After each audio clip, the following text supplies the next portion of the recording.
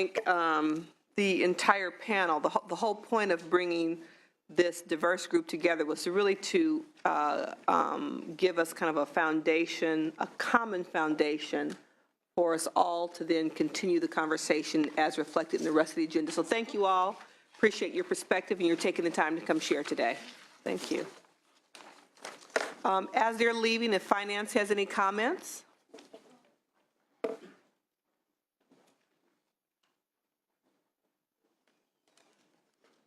We'll move on to issue 3, page 12 of the agenda, new initiatives funded in 2014 Budget Act.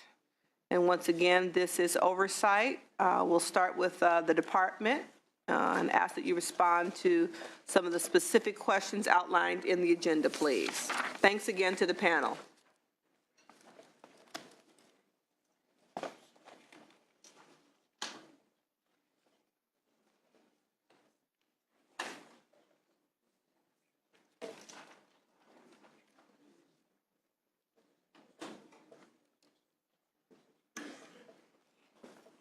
Thank you. Had to get a little settled here. Yes, had to move, I understand. Well, thank you very much for the opportunity to be here today. I'm Nancy Bargman from the Department of Developmental Services. I'm the Community Services Division Deputy Director. Madam Chair, committee members, I've been asked to address specific questions. So for today on issue 3, I'm going to be responding to the bullet point on page 13. It says, please provide a brief update regarding the status of the above initiatives, which is outlined on page 12. Since it lays the framework for the other initiatives, I'd like to actually start with the last bullet on page 12. On this bullet, it's regarding the approved reappropriation funds of $13 million that was used to implement the selected recommendations contained in the Health and Human Services Plan for the Future of Developmental Centers in California. In the summary, $13 million was funded in the 2014 Budget Act to develop both community resources and to increase regional center staffing to support the development of resources as well as oversight of services. So going to those specific bullets on page 12, if you could reference bullet 3, 4, and 5, that equals the 11.7 million of the 13 that was identified for the community development. Of the 11.7 million, 5.4 million was approved along with trailer bill language for the development of a pilot program that's called the Enhanced Behavioral Supports Homes. This pilot is good through January 1st, 2020 per the statute. 6 regional centers, 2 in the north, 2 in the central, and then 2 in the south, were approved to develop the 6 Enhanced Behavioral Supports Homes to support 4 individuals per home. Each of the regional centers are developing within their geographic area. We're happy to report that all of them have identified a housing developer to be able to develop the housing component of the projects, as well as identifying the sites. All of them are now looking at issuing requests for proposals to identify the service providers that would be going along with those services. The community crisis homes, 3.9 million was approved along with the trailer bill language to be able to develop the community crisis homes for individuals that are at risk for a developmental center. Of the community crisis homes, they're really designed to support individuals with very complex needs that are in crisis and they require some stabilization in the community. The original projection for the community crisis homes was to actually develop 2 8-person homes, one in north and one in south. However, we held a number of stakeholder meetings and also had consultation with stakeholders over time. Through their feedback and their concern, we actually changed our plan in which that we're developing a total of 4 smaller homes. While we're still achieving the same capacity, we're going to be able to meet and be responsive to the stakeholder concerns. 2 of the 4 homes are developed in Northern California. 2 are going to be developed in Southern California.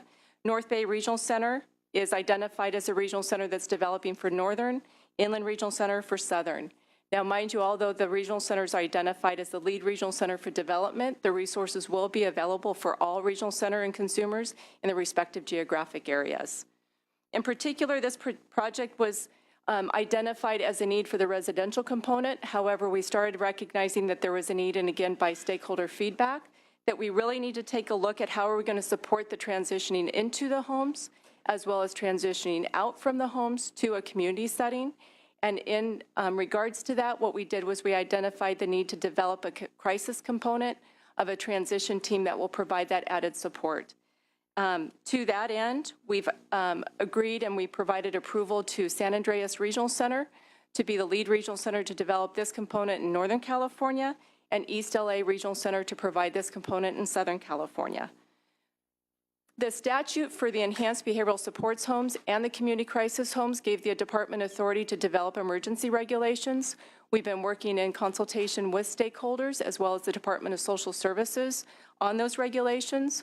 We are still in the final stages of drafting those. We anticipate that we'll be able to release those in June of this year.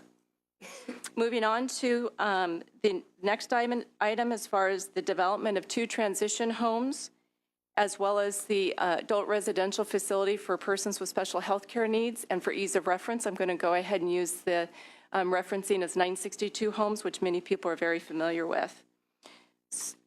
So San Diego Regional Center, San Andreas Regional Center are the 2 regional centers that were identified and approved to develop these 2 homes, one obviously in the north, one in the south. Again, this is requiring the additional supports to folks that if they are not able to achieve the stabilization in a community setting that was their original place of residence, if they need added support and stabilization, these transition homes are geared towards supporting the folks that are moving from the community crisis homes, as well as any of the acute crisis at Sonoma or at Fairview. Again, we're pleased to say that the housing developers have been identified and the property search is underway. For the 962 home, Westside Regional Center was identified as the lead for the development of this property.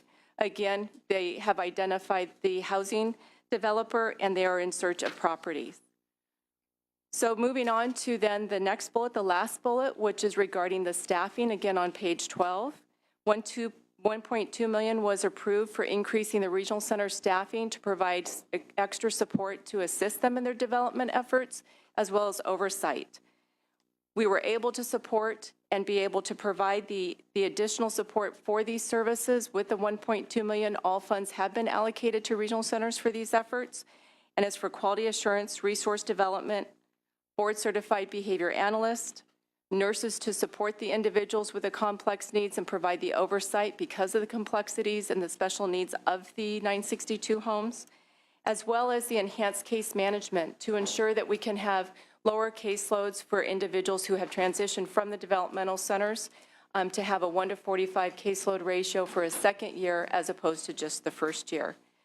Because the 11.7 was earmarked for all of those projects, we did not have to use all of the funds specifically for those projects because there was some deferral of the service provider startup to the next fiscal year, ensuring that we had the time to be able to develop those resources, as well as making sure that with the Enhanced Behavioral Supports Home, we wanted to make sure that we could develop them as quickly as possible. So we had 2 regional centers that agreed to use prior approved plans to start and kickstart those 2 homes quickly. So long story short, this meant we were also then able to use some of the funds of the 11.7 for the community development to add 4 additional 962 homes that are targeted for development for Northern California. Thank you. Senator McGuire? Just a quick question. So on those 4 that you're discussing, The last 4. yes, the last Correct. 4 in Northern California, you're saying through the North Bay Regional Center is what you? No, the last 4, I can give you the regional centers, but they are for all of Northern California. Oh, Northern California, okay. And how many total beds? The 4, that would equal about 18 beds. And it's with North Bay Regional Center, Central Valley, Golden Gate, and Regional Center of East Bay. Got it. No, I heard that. Thank you very much. So it's just total. Thank you so much. You're welcome.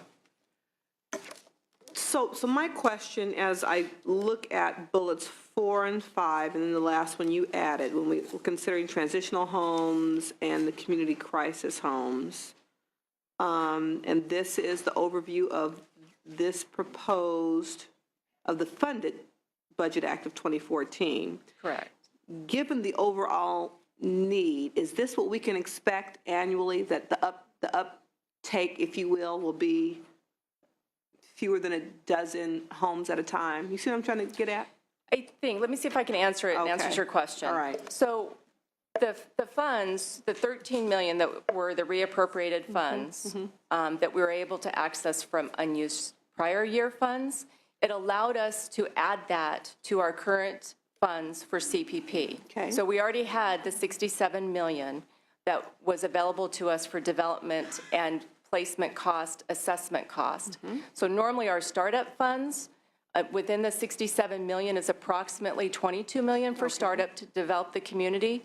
The 13 million really was to do an immediate investment to start developing the resources. So although the 13 million will not carry to future years, we do have existing 22 million that is available to continue to do development in the community. And so what I'm trying to get at is not so much the dollar figure. Based on the previous panel, based on the ongoing conversation, I'm trying to get a sense of how long it's going to take us to continue to develop the 962 homes, to have spaces in the community to meet the need. So on average, annually, hopefully there's more money, may revise, I don't know. But what's your best guess in terms of how many new properties, is that the best way to frame it, could potentially come online annually? I can actually, each of the years that we're looking at developing resources, we're seeing approximately 80, give or take 20, projects, residential services that are being developed on an annual basis.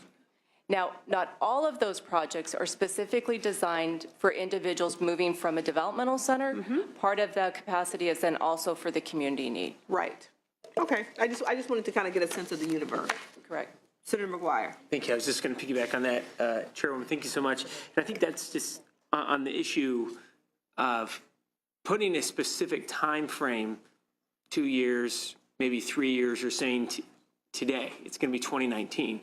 Because I think it's really important to consider the needs of individuals and also the constraints of being able to add capacity.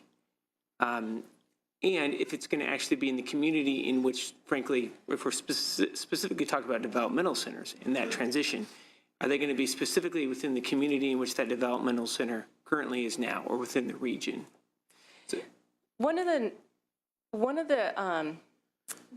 there's many aspects of the comprehensive assessments that are completed for each individual who's residing in a developmental center, that it informs the regional centers as to what services will be needed to support the person, but it also informs the regional center where the desired service should be developed. So you may have individuals that may be residing, for example, at Sonoma, or maybe residing at Fairview. However, a family member over the years may have moved to a different geographic area. So that may be the area in which that they want to live. So we want to make sure that we use those resources that are going to inform us not only for the needs of the development, but also geographically where we need to focus that development. And as we've seen in the past, I believe full transition has been no less than 4 years. But it's been about 4 or 5 years approximately that we've seen transition from announcement date of closure to looking at full transition. Would you say that the housing component is the most challenging, whether it's figuring out where, potential purchase, et cetera? Is that in meeting the needs of the individuals, and particularly for their health care? I think it's a great question. I wish there was an easy answer to that. Now, developing the housing certainly is time. It takes time. Yeah. You know, it does tell us when we're identifying from the point of where a resource needs to be developed, a resource meaning a residential, or it could be day services. And because the time frame it takes to identify the home that really meets kind of the bricks and mortar of what's needed for, let's use the 962 homes, for example. Sure. You know, there are certain specifications that's going to be needed to be able to develop it. So in searching the homes that meet those specifications, that takes time. It takes time to do the developing of the construction around it, to be able to meet the city permitting requirements because the complexities are related to it. All of those needs are absolutely something that we see that take a period of time. But we also recognize that there's a need to develop some of the health services in the community to make sure that the transition of the healthcare services are in place to be able to support the person. So while I think the bricks and mortar is an easy one to say that, yes, the we wraparound have some services. very clear data that tells us how long it takes. Yeah. We also need to be mindful of some of the other elements, which we're already planning, because we're transitioning folks on an average between 150 to 200 a year from a developmental center to the community. So we have to be mindful to all of those aspects right now. Regional centers have been working with families certainly over the last several years, if not obviously longer, to assure that those important components are considered. No, I appreciate that. And my last item, Madam Chair, and thank you so much for the response. And I think that's exactly. That's why I am concerned related to the issue of putting an arbitrary deadline out there now. Part of the process is above and beyond the control of the state, of working with the local jurisdictions if new development is going to need to be taken into account, one. And then two, if you are in a more rural setting, making sure that the providers and the services are actually there to be able to continue with those services in regard to the needs of the residents. One of the items that I had shared with the chairwoman is, for example, in the north, working with Senator Wolk, the chairwoman, Senator Stone, I think Senator Morlock in the south, of, if needed, legislation for next year addressing these very specific issues that you're mentioning, because it is not an easy and frankly, most times a complicated process. Doable, but a complicated process. And definitely a one-size-fits-all approach does not fit with it. Yeah, and absolutely appreciate, the challenges, and we continue to assess those challenges going on. And the regional centers and their community placement plans on an annual basis, they've been expanding not only in the development of the resources that are needed to develop residential settings, but also making sure that they're taking a look at how are they developing kind of the ancillary supports, if you will, to have some assurances that there's a broader community resource available to support the folks in the community. Thank you so much. I'd like to ask you to proceed to the Madam Chair, second question. Senator Stone. if I can just follow up, and again, I appreciate your presentation. Thank you. We have Welfare and Institutions Code 4474.1. I assume that when Ag News closure started in 2009, was this in place at that time? It was. Okay, so, and I agree with Senator that it's very difficult to just put, we're going to close it down in 4 years and we're going to be done. There's obviously a lot of moving parts. We certainly can have goals, though. And it seems as though Ag News has been ongoing now since 2009, so we're about 6 years into the process, correct? And it closed in 2009? Okay. And how many years does that take to close? I'd have to look back. I believe Ag News was approximately 5 years. About a 5-year process. Okay. So I don't see anything wrong with having goals and getting to an end point, especially when you have the financial issues with the lack of federal funding, not accepting new patients at Sonoma as an example, and which is inflating the cost per patient. But if you look at the Welfare Institutions Code, there seems to be, at least from my perspective, strong legislative oversight and strong legislative timelines that I think support the concerns that Senator McGuire is very well articulated. It says that whenever the state Department of Developmental Services proposes a closure, there needs to be a detailed plan. It needs to be approved by the legislature. If a plan is submitted on or before April 1st, immediately prior to the fiscal year in which the plan is to be implemented, may be subsequently modified during the legislative process. It will solicit input from the State Council on Developmental Disabilities. The department shall confer with the county in which the developmental center is located, which I think is extremely important, and I really respect Supervisor Gorman for being here today on such an important issue. Being a former county supervisor, I share your passion, especially having a granddaughter that has a developmental disability.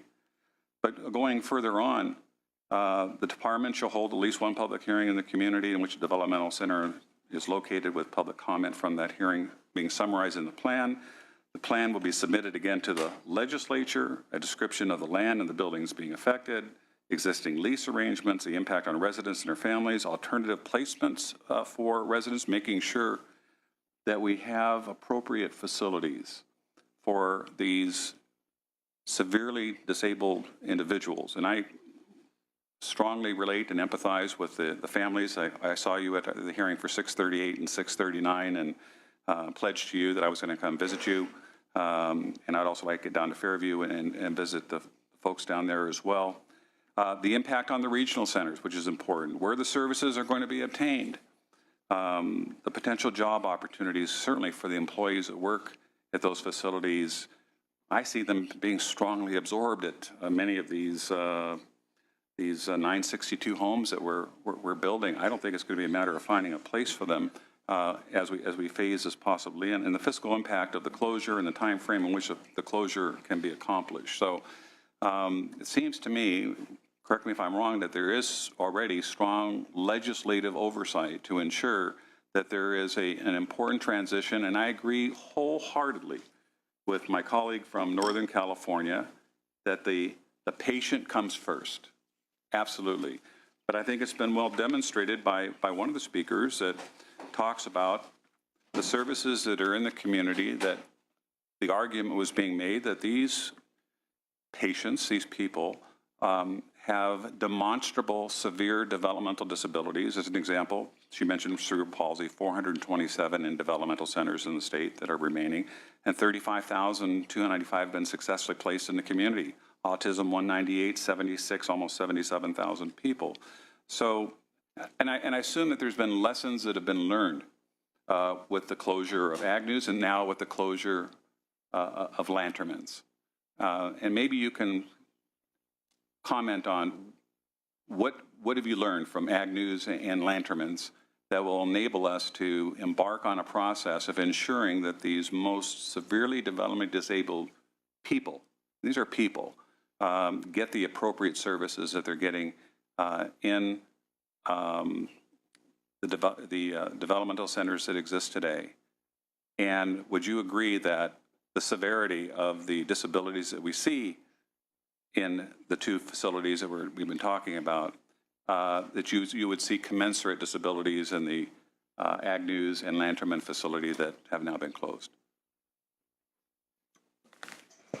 Thank you, Senator Stone. So when we take a look at lessons learned, you know, it's always good to take the experience and say, what is it that we've learned that can help improve whatever it is that we're doing? So in particular, with the Agnews and Lanterman closures, we certainly did have lessons learned that we take now for any individual who's transitioning from a developmental center. You know, it's not part of a closure, but really transitioning folks to the community. So when we're looking at the experiences with Lanterman, when we are developing resources, it's making sure that we're collaborating with all those that are involved. So not only, I'm going to have to speak from the part also from the regional centers, the families, the staff at the developmental center, and then the community provider, as well as the community healthcare professionals. Ensuring that that collaboration is occurring early rather than later. So having that dialogue, that's absolutely was something that was beneficial, but some lessons learned from that. So for example, making sure that the discussions between a physician in the community is having discussions earlier than later with a physician at the developmental center. That collaborative focus while focusing on the individual transition plan is really critical. Making sure that as we're developing the homes that we're being mindful of the individuals that are specifically identified for a transition, but also something that is even beyond that. Making sure that we're developing the resources that is going to have assurances so somebody can age in place, make sure that they don't need to transition at another time. So as we're looking at development, we want to take those lessons learned. We want to use the transition planning process to be able to inform us how to support the person in the community. We want to be able to have that collaborative effort. Early development is helpful for day services that's paralleled with the residential services. That's certainly a takeaway that we have from Lanterman, is to say, are we developing the day services work programs that will be supportive of the folks that are transitioning, making sure that we're doing that in parallel. We can continue to take a look at the training, making sure that we're doing the training earlier, so that cross-training is something that is welcoming the person to the community. While some of those things were absolutely occurring in that transition, again, it gives us some insight to say, how can we do it better? And those experiences brought us there, and we'll continue to do that, again, not just for a closure, but for anybody who's transitioning to the community at this point. Is it fair to say that we need approximately 250 962 homes in the future if we're going to be serious about closing these facilities down? I don't think it would be 250. I can absolutely take a look at, I do have some information as far as with some assumptions, because again, without having the individual plan, transition plans, it's hard to say specifically, would that be the number that would be needed?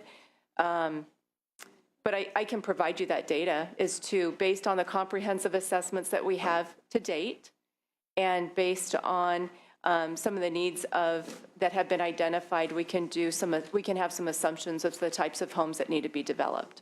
And is it fair to say that, and forgive me for all these questions, but I'm kind of new at this process here. Are these 962 homes, they come with a certain similar foundation, or are they modified for specific disease states? So, foundation, Are they cookie cutter facilities, or are they all very unique, each 962 facility? there's elements of it that I would say are cookie cutter. There's elements, but because there's oftentimes unique situations. Let me give you a specific example. We've had an individual that needed a particular isolation, for medical reasons. And so a home can be developed specifically for individual unique needs. So in that particular situation, it would have to be designed specifically for that need. But generally, you have the requirements of a 4 or 5 bedroom home that's large enough to be able to be accessible for individuals who have potentially large gurneys, whatever it is that they're using to be able to, for mobility. So those are the experiences from the providers and the regional centers in developing those resources. They know that they need to design, the bathroom to be a certain style, so you can really see some commonalities in it, but absolutely there's some unique facets to it. Getting back to your 250 though, are you thinking of actual bed capacity instead of actual homes maybe? 250 facilities, you said Okay. 200 facilities, you said about 4 beds per home? Okay. Right? So I'm thinking 800 beds? Yeah, not for 962 homes, no. Because not every individual who is currently in a developmental center right now require that level of supports. Okay. Okay, and how are we funding 962 homes? Out of which funds? And 962 homes by regional center funding, it's a match funding of general fund and federal funds. Okay. Okay, any other questions this time? Okay, yes. Can you also provide an update on Shannon's Mountain project at Fairview Developmental Center? Yes, thank you, Senator. As the agenda correctly points out, at Fairview Developmental Center, there's currently an integrated housing project known as Harbor Village. It's been in place since 1985, and it's a model that works very well. One of the problems was that when Harbor Village was developed, a lot of laws that are in place now were not in place then, things like prevailing wage, and there were questions about, whether some of the components of Harbor Village were in statute, and they're not. But what the department proposed back in 2008 was to develop another integrated community on the Fairview property. At that time, it was going to be known as Shannon's Mountain. Because we didn't have a lot of authority for some of the components of the project, we were working with DGS on the proposal, and DGS pointed out some valid concerns regarding some statute that needed to be in place in order for us to continue the project. So what we've been doing is working with the Department of General Services, and we've made, I think, some significant progress on the language that is needed to get the project out to bid. DGS and their attorneys, as well as our attorneys, the Health and Human Services Agency and the Government Operations Agency have been going over this language, and we feel that we're making good progress. So when do you see the resumption of that progress? Well, yeah, obviously, with any language that goes forward, particularly if it goes forward in a trailer bill, there is a fairly lengthy process that is involved, and so. Okay, so trailer bill after the May revision would be the appropriate place, I presume. It very light. I mean, that would be how, if, assuming it was all approved and it was worked out, that would be how it would move forward, likely. Oh, I would certainly like to see it move forward for the benefit of the disabled community. Absolutely. Looking forward to this community housing. So with that, we're going to go to issue 4.